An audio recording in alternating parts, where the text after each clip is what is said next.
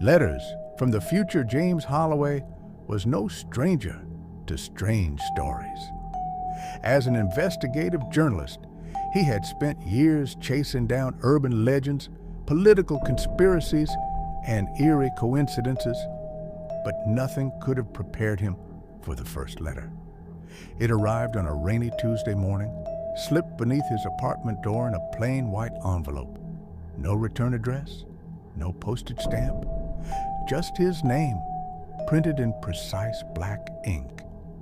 Inside, a single sheet of paper bore a short message: car accident on 7th and Main.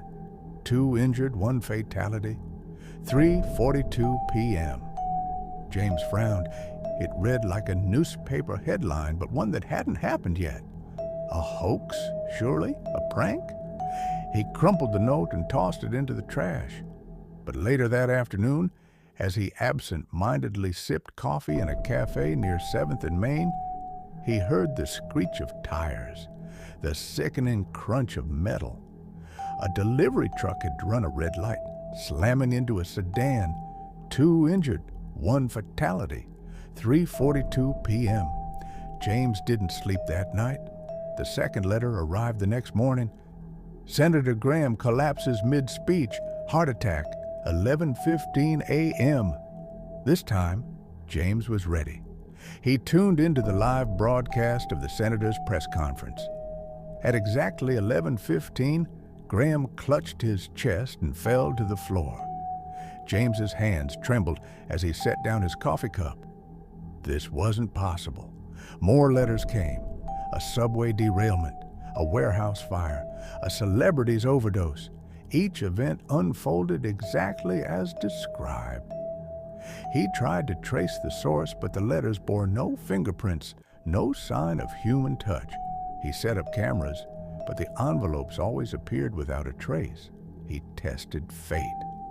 When a letter predicted a stabbing in a nearby alley, he rushed there beforehand, hoping to intervene. But he was too late. The victim lay in a pool of blood, just as the letter had said. James started avoiding the places mentioned in the letters, but fate seemed unavoidable. One letter warned of a gas explosion at a diner he frequented. He chose a different cafe that day, yet minutes later, he saw the breaking news.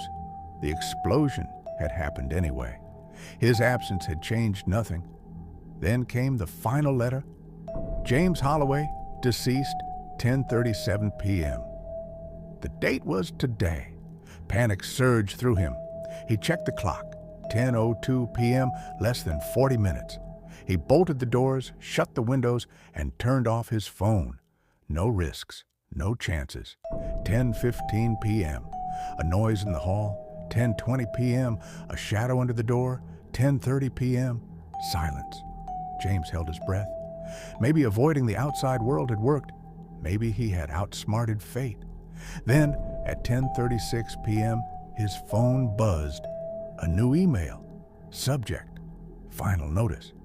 He hesitated, then clicked it open. The screen flickered. His reflection in the darkened monitor shifted. His own face staring back, eyes wide, mouth open in a silent scream. Then came the knock at the door, a soft, deliberate knock. 3 times. James remained frozen, his heart hammering. The apartment was sealed. No one could have entered. Yet the knocking continued, patient, expectant. 10:37 p.m. The lights went out. The knock turned into a scraping sound, like fingernails dragging along the wood. James scrambled backward. He fumbled for his phone, but the screen had gone black. A voice, low and distorted, whispered through the dark, "It's time." Then, silence. The air in the room grew thick, suffocating. Shadows in the corners deepened, stretching toward him. The screen of his laptop flickered, and for a moment he swore he saw something staring back at him. Something with hollow eyes and an impossibly wide grin. James bolted toward the bathroom, locking himself inside. He pressed his back against the door, panting. The silence was deafening. His reflection in the mirror seemed off, his expression blank, lifeless. Then, without him moving, his reflection smiled. A cold dread crept up his spine. His fingers trembled as he reached for the mirror. His reflection did not mimic him. It only watched. Then the bathroom light flickered and went out. James clawed at the doorknob, but it wouldn't budge. The temperature plummeted. The voice returned, closer this time. "You can't run."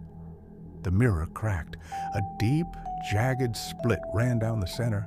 In its fractured surface, James saw a dozen distorted versions of himself, each frozen in silent terror. Then, in a blink, his reflection was gone. A hand, cold, clammy, grasped his wrist. James screamed. The next morning, James Holloway was found in his locked apartment, seated at his desk, his computer screen glowing with an unread email. His body was untouched. No signs of struggle, no forced entry.